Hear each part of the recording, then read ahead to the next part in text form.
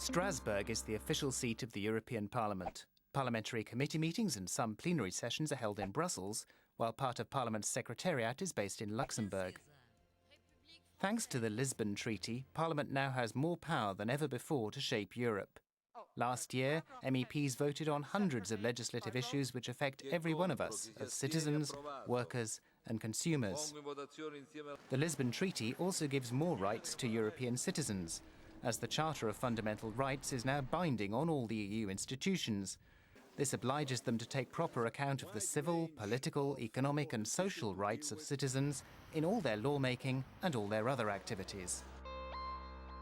The last European elections were held in June 2009. Parliament now has 736 members drawn from 100 or so national political parties and organised in 7 political groups.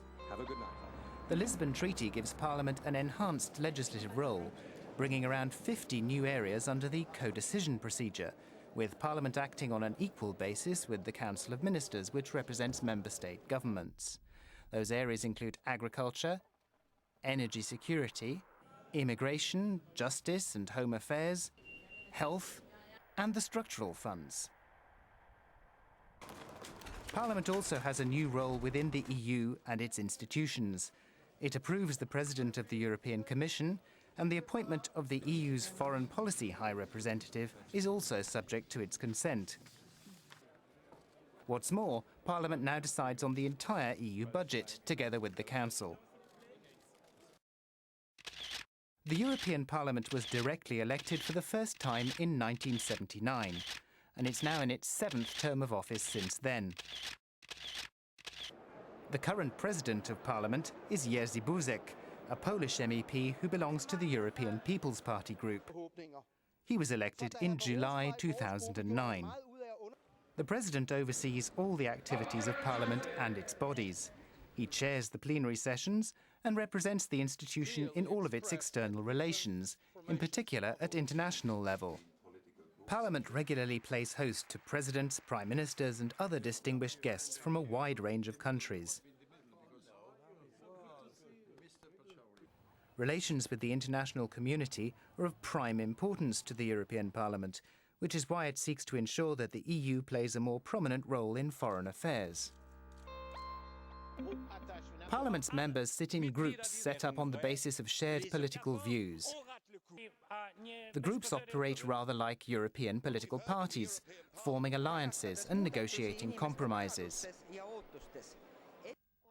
As in many national parliaments, the members discuss draft legislation in committee meetings before it's put to the full parliament. These committee meetings are streamed live on the web. During plenary sessions, the whole Parliament comes together, either in Strasbourg or in Brussels. Plenary sessions are where the most important debates are held, and where Parliament votes on legislative proposals and political declarations.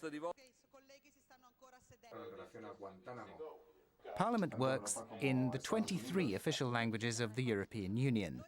The right of every member to read, write and speak his or her own language is central to the democratic legitimacy of Parliament.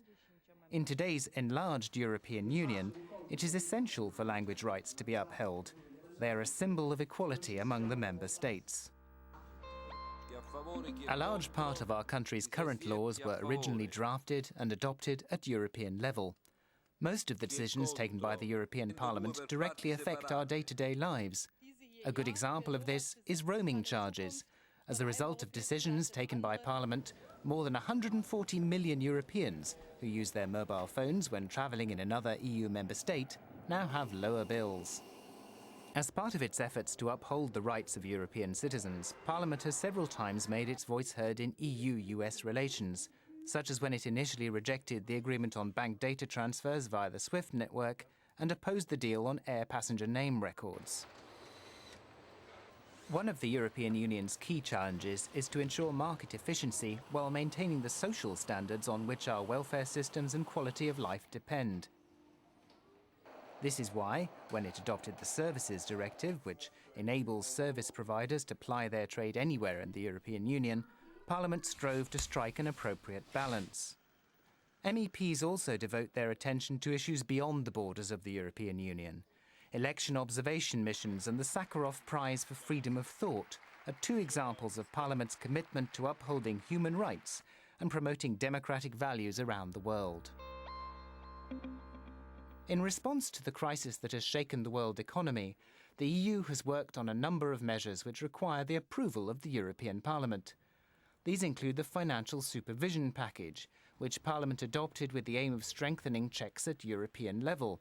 For example, there will be direct EU supervision of institutions big enough to have a major effect on the whole financial system. On hedge funds and private equity, Parliament has called for new rules on transparency and the reduction of risks that might jeopardise the EU's real economy. If Europe is to meet the challenges ahead, people and politicians need to work together. The European Parliament is one of the most effective ways for everyone to play a part in EU affairs.